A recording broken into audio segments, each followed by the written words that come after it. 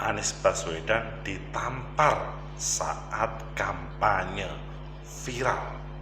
Ini sepertinya negara kok tidak aman ya, padahal ada petugas keamanan, tapi kok masih ditampar. Bagaimana menurut kalian, apakah ini kelakuan orang yang tidak bertanggung jawab, atau ini memang sengaja melakukan tamparan untuk yang lebih dalam, atau ya ini salah satu strategi untuk membunuh Anies Baswedan? Bagaimana menurut kalian? Menurut analisis saya,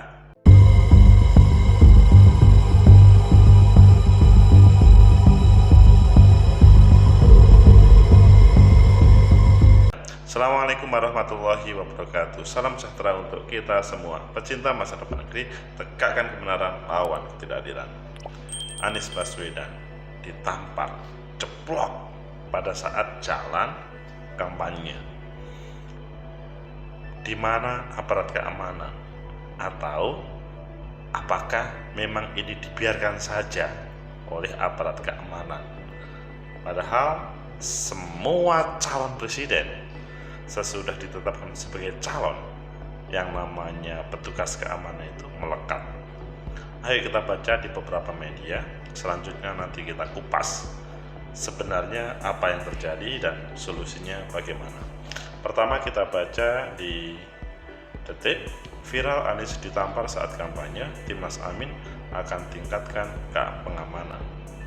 Ini hanya sebatas Timnas Amin, karena sekali lagi ada negara yang harus menjamin keamanan untuk semuanya. Kemudian yang kedua adalah di CNN Indonesia, viral Anies ditampar saat kampanye di Kalbar, Timnas Amin buka suara. Dan selanjutnya di TV One, akui Anies sering kena tampar saat kampanye, Kapten Timnas Amin beberkan datanya. Kalian pilih yang mana? Oke, kita pilih yang CNN dan nanti kita tambahkan yang ada di TV One. Viral Anies ditampar saat kampanye di Kalbar, Timnas Amin buka suara. Itu sebuah judul yang ditampilkan di CNN Indonesia. Viral, potongan video di media sosial memperlihatkan calon presiden nomor urut 1 Anies Baswedan ditampar salah oleh orang pria berkaos Amin ketika menggelar kampanye Pilpres 2024 di Pontianak, Kalimantan Barat. Ngeri ya, mereka berkaos Amin tapi menampar pelok. Video itu memperlihatkan Anies yang mengenakan kemeja putih sedang berada di tengah kerumunan. Tiba-tiba saja seorang pria berkaos logo Amin terlihat mendekat ke arah Anies dan seperti melayangkan tamparan ke bagian wajah Anies. Meski begitu, Anies terlihat tetap tenang dan tersenyum sambil lanjut berjalan tanpa ada, sepertinya tidak ada masalah. Ini orang hebat ini. Kapten Timnas Pemenangan Amin, Muhammad Syauqi, mengungkapkan kejadian tersebut terjadi ketika Anies menjalani kampanye di Pontianak pada Selasa. Berkaca pada kejadian tersebut, ia mengatakan sudah mengantisipasi supaya kejadian serupa tidak terulang lagi ke depannya. Syauqi memastikan ke depannya akan melakukan peningkatan pengamanan terhadap Anies maupun Muhaimin ketika berkampanye. Ia pun berharap kejadian serupa tak terulang lagi. Ini ditampilkan gambaran ketika ditampar Mas Anies. Dan kalau di TV One masih ada waktu, akui sering kena tampar. TV One, capres urut nomor 1 kini jadi pusat perhatian karena tamparan viral di media sosial. Hal ini disampaikan Kapten Timnas Syauqi Alaidrus. Dia akui capres nomor urut 1 kena tamparan. Lanjutnya menjelaskan mengenai video tamparan di Kalimantan Barat tersebut. Kemudian tak sampai di situ saja, dia juga menyampaikan bahwa pihak pengamanan kedepannya akan melakukan antisipasi supaya tidak terjadi peristiwa yang serupa. Jadi yang ada di TV One itu kan judulnya tidak cukup sekali, tapi berkali-kali. Coba kita kupas terus. Yang sengaja Sebelumnya diberitahukan Syawki merespon terkait penamparan yang di Kalimantan Barat, dan Syawki pun membenarkan adanya kejadian tersebut. Pecinta masa depan negeri, tegakkan kebenaran, lawan ketidakadilan. Membahayakan, mengerikan ketika seorang calon presiden ada orang yang tidak bertanggung jawab, mungkin sengaja, mungkin tidak sengaja, tapi yang kelihatannya kok mungkin sengaja, meskipun dengan menggunakan kaos nomor urut 1. Bagaimana menurut kalian? Apakah ini memang sengaja untuk memberikan citra jelek, atau memang sengaja untuk melukai Mas Anies Baswedan supaya tidak bisa berbuat macam-macam, atau ya ini spontanitas? Menurut analisis saya, pertama, apapun motifnya, menampar seseorang itu adalah hal yang tidak diperbolehkan. Tidak cukup ngomong regulasi ataupun undang-undang, tapi bahwa secara hak asasi manusia itu tidak diperbolehkan. Kalau kalian tidak mau menampar, ya jangan ditampar, apalagi seorang calon presiden.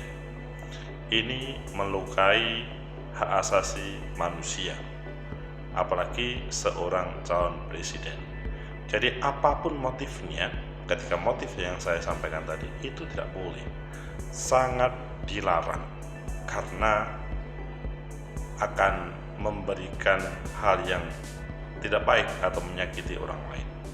Kemudian yang kedua, di mana negara hadir, di mana aparat keamanan hadir. Padahal sebetulnya siapapun orang yang telah ditetapkan sebagai calon presiden, pengamanan dari kepolisian atau pengamanan dari negara itu sudah hadir, ada. Selain kita ngomong timnas, ya kalau di pemberitaan tadi kan memang timnas atau timnya Anies Baswedan, tim nomor 1. Tapi pada dasarnya setiap calon presiden ketika dia ditetapkan sebagai calon presiden, calon wakil presiden, itu sudah melekat, sehingga seharusnya tidak ada tamparan yang tidak bertanggung jawab tersebut. Ini perlu dipertanyakan, mengapa itu bisa terjadi? Di mana negara? Apakah memang pada waktu itu acara internal sehingga mereka tidak bisa masuk, atau ya dibiarkan saja, atau ini agak teledor? Nah, itu kan hal yang perlu dijawab. Maksudnya bahwa tidak cukup menurut saya timnas yang berpendapat, tetapi aparat keamanan yang mempunyai kewajiban mengamankan 3 bakal calon presiden, 3 bakal calon wakil presiden, itu harus menjawab, supaya kalau ini terjadi pada Anies Baswedan, sangat mungkin terjadi pada yang lain, apakah Pak Prabowo ataupun Mas Ganjar, atau mungkin hanya ini yang disasarkan kepada Mas Anies. Itu kan sekali lagi aparat keamanan itu harus memastikan terkait dengan hal ini. Sekali lagi, semua suasana yang ada di negara ini kan memang aman. Kalau tidak aman kan bahaya, maksudnya pemilu akan menjadi ancaman pada kesempatan ini. Sehingga kalau menurut saya akan lebih baik aparat keamanan, kepolisian menjelaskan hal ini, supaya tidak ada ancaman terhadap capres lainnya atau cawapres lainnya ketika di kerumunan. Dan seandainya ini karena memang sengaja kepada Anies Baswedan, maka orang yang melakukan hal itu harus ditindak, ditegakkan hukum supaya tidak terulang lagi, dengan memberikan sebuah pelajaran sehingga tidak terulang lagi. Kemudian yang ketiga, bagaimana solusinya? Atau sebelum bagaimana solusinya, apakah ini akan berpengaruh terhadap kemenangan dan kekalahan seorang calon presiden? Kalau menurut saya, kalau ini dibiarkan dan berpengaruh terhadap ketakutan sang calon, ketakutan tim, maka sangat berpengaruh. Misalkan Mas Anies Baswedan akan mudah dikalahkan karena pada suasana ketakutan, pada suasana dia under pressure dengan pula seperti itu. Tetapi sebaliknya, kalau misalkan Mas Anies, tim Nas Amin kemudian malah melakukan perlawanan, ini adalah sebuah kesempatan untuk meraih kemenangan, dalam artian dengan pemberlakuan yang tidak baik tersebut akan berefek terhadap